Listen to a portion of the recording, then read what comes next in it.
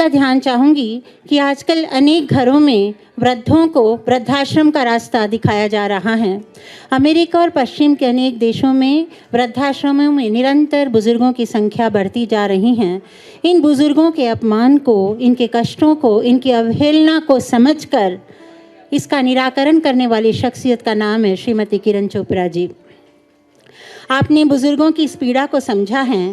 जीवन में क्यों शेष विषाद रहा, जीवन में क्यों शेष विषाद रहा, ये खंडहर ही था कभी रंग महल, जिसमें थी कभी मादक चहल पहल।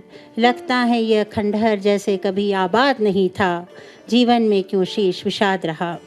जीवन में थे सुख के दिन भी, जीवन में थे दुख के दिन भी, पर हाय हुआ ऐसे क्यों, सुख भूल गया दुख याद रहा, जीवन में क्यों विषाद रहा। इस विषाद को हर्ष में बदलने के लिए किरण जी ने वरिष्ठ नागरिक केसरी क्लब का निर्माण किया है, जहां मैंने देखा है बुजुर्ग खेलते हैं, हंसते हैं, गाते हैं, रैंप वॉक भी करते हैं और दिन भर क्रिया में रत भी रहते हैं। एक बहुत ही छोटा सा ब्रीफ प्रोफाइल किरण चोपड़ा जी का मैं पढ़ना चाहूँगी। मैं मंच पर आसीन सभी से निवेदन करूँगी कि कृपया please we have to resume the program. Mrs. Kiran Chopra, founder chairperson of Varish Nagrik Kesari Club, is an entrepreneur, educationist and a humanist to the core. Her education and upbringing helped her to grow as a cultured individual, full of care, love and compassion for others. Coming from a distinguished family of great martyrs, late Lala Jagat Narayan ji and late Shri Romesh Chandra ji, she is the wife of Shri Ashwini Kumar, senior journalist and resident editor of Punjab Kesari newspaper, and also MP from Karnal, who is known for his free, frank and fearless writings. She has been associated with various social activists. As a humanist, she believes in helping others, those who need it most. As founder chairperson of Varish Nagrik Kesari Club, established under the aegis of Vriddha Kesari Romesh Chandra Trust, she is the main spirit and strength behind this organization. As a devout champion of seniors' rights for their upliftment and a cheerful living, she is working hard to maximize Varish Nagrik Kesari Club's efforts in areas of moral, cultural and social development besides health. The introduction of a unique concept for the first time in India of adaptation of senior citizens by the individuals, families, has been a benchmark of the Varish Nagrik Kesari Club, which is a successful initiative of Mrs. Kiran Chopra. Mrs. Kiran Chopra, as an educationist par excellence, is the founder head of JR Media Institute, which with a vision has started academic courses in the fields related to media, being unique, imparting professional skills clubbed with practical experience. She has also authored following books: Ashirwad in Hindi with its English version as Blessings, Jeevan Sandhya, Zindagi Ka Safar, Aaj aur Kal, to be released soon. Kadmon ki dhool nahi, mathe ki shaan, not the dust of the steps, but glory of the forehead is her motto and mission, to which she is fully devoted and dedicated and propounding the same. She is also a member of National Council for Older Person, constituted by Ministry of Social Justice and Empowerment. As a social activist, she has been bestowed with a number of awards. I read out from the list a few of them.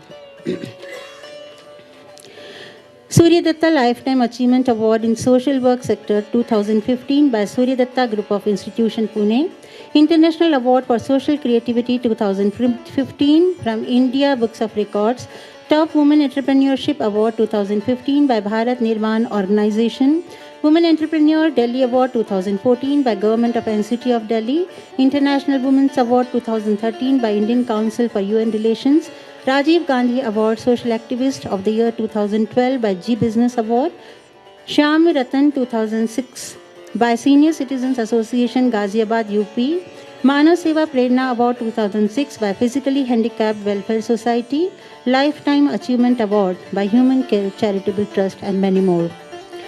जीवन के अंतिम चरण में खुशहाली लाने वाली बुजुर्गों की परी श्रीमती किरण चोपड़ा जी से मैं निवेदन करूंगी कि वे मंच पर आकर अपने कुछ अनुभव हमारे बीच बांटें और हम सभी को प्रेरित करें। मंच और इस सभागार में सभी युवक और युवतियां जो मुझे दिखाई दे रहे हैं,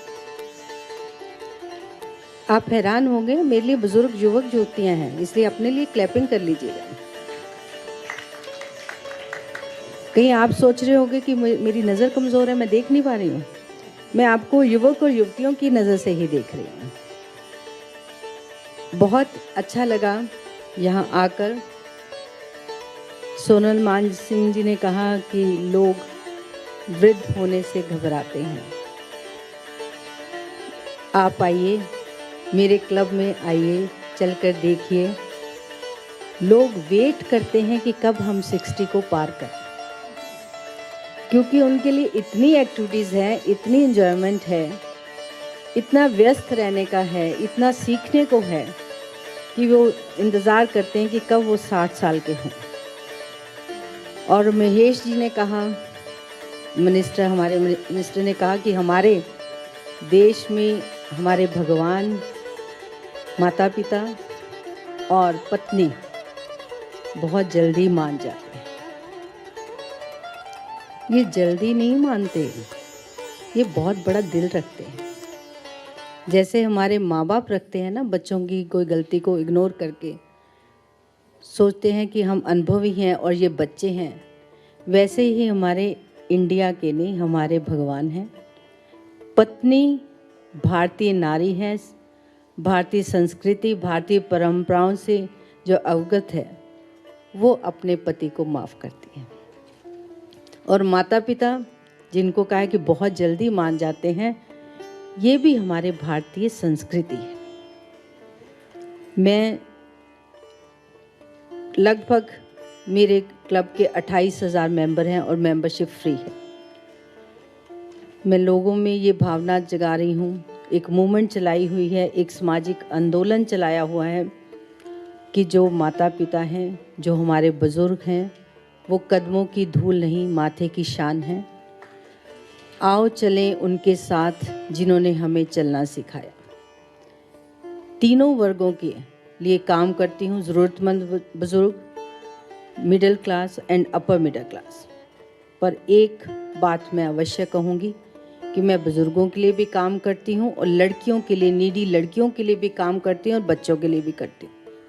सम्मानित मंच, मैं आपको एक बात कहना चाहूँगी कि जो मैंने डिफरेंस देखा, ये भी बड़े दुख की बात है कि अगर मैं बच्चों के लिए काम कर रही हूँ तो, लड़कियों के लिए कर रही हूँ तो किसी को कहती हूँ कि आइए इनकी सहायता कीजिए, 1 सेकंड नहीं लगता।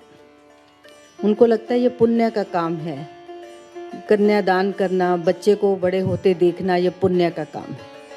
और अगर मैं लिखकर, बोलकर ये बोलती हूँ कि आइए, बुज़ुर्ग डायलिसिस पे है, बुज़ुर्ग को ज़रूरत है, 8 ईयर का बुज़ुर्ग है, इसको कैंसर है, तो बहुत सोचते हैं लोग।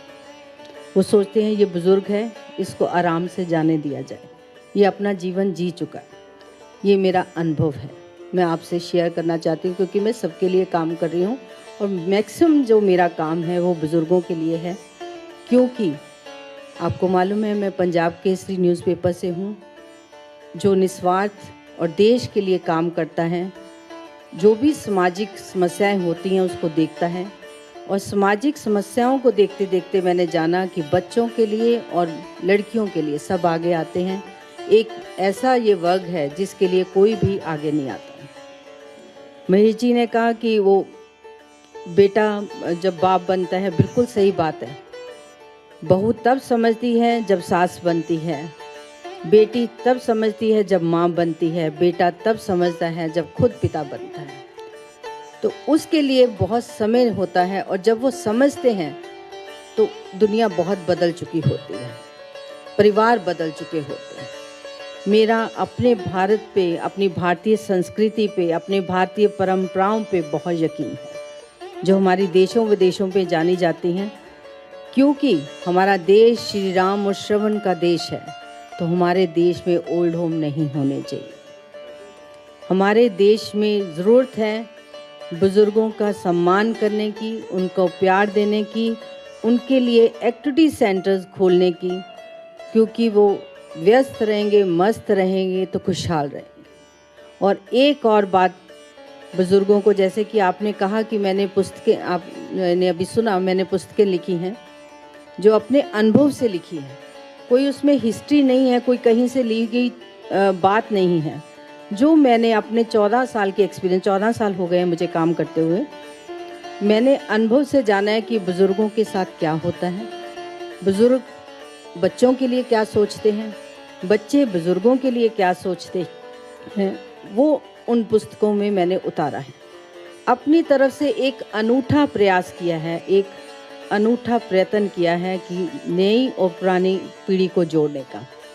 उसमें जो ज़रूरतमंद लोग हैं, जो ज़रूरतमंद बुज़ुर्ग हैं, क्योंकि आप जानते हैं कि हर बुज़ुर्ग की अपनी कहानी होती है, चाहे वो इंडियन बुज़ुर्ग हो चाहे विदेश का बुज़ुर्ग हो। पीड़ा 3 तरह की होती है, तन, मन और धन।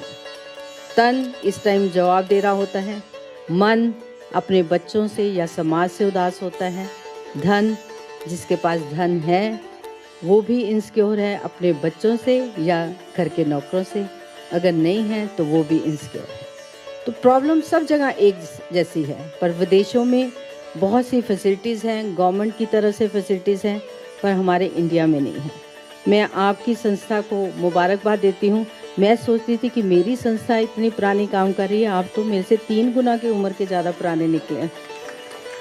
बहुत मैं सैल्यूट करती हूँ, क्योंकि ये काम करने के लिए ये आसान काम नहीं है। इसके लिए बड़ी पेशेंस चाहिए, बड़ी सहनशीलता चाहिए, बड़ा मन उदार चाहिए इस काम को करने के लिए, क्योंकि एक ये ऐसी निस्वार्थ सेवा है, निस्वार्थ भावना है, क्योंकि इसमें सिर्फ आपको आशीर्वाद मिलते हैं। अगर आप बच्चों के लिए, लड़कियों के लिए काम करते हो तो ये आज हॉल भरा होता, उसमें वाहवाही के बहुत लोग हैं। अगर ये लोग हैं जो आज हैं कल नहीं हैं, 14 साल हो गए, कई लोग बिछड़े, कई लोग नए आए, बहुत ही इमोशंस का काम होता है। जब इनके कार्ड वापस आते हैं तो मैं आपको बता नहीं सकती कि कितना मुश्किल होता है। और बुज़ुर्गों के लिए, नीडी बुज़ुर्गों के लिए मैं मैंने एक प्रथा चलाई है, अडॉप्शन ऑफ सीनियर सिटीजन, कि आओ इनको अडॉप्ट करो, इनके खाने और दवाई का खर्च दो, इनको अपने घरों में ही रहने दो। तो बहुत से बुज़ुर्ग को अडॉप्ट किया जाता है। तो बहुत से जो अच्छे लोग हैं उनके लिए एक्टिविटीज़ की जाती हैं, जैसे कि प्रभा जी ने बताया कि रैम्प वॉक भी करते हैं और गाने भी गाते हैं, डांस भी करते हैं, बहुत सी एक्टिविटीज़ हैं उनके लिए।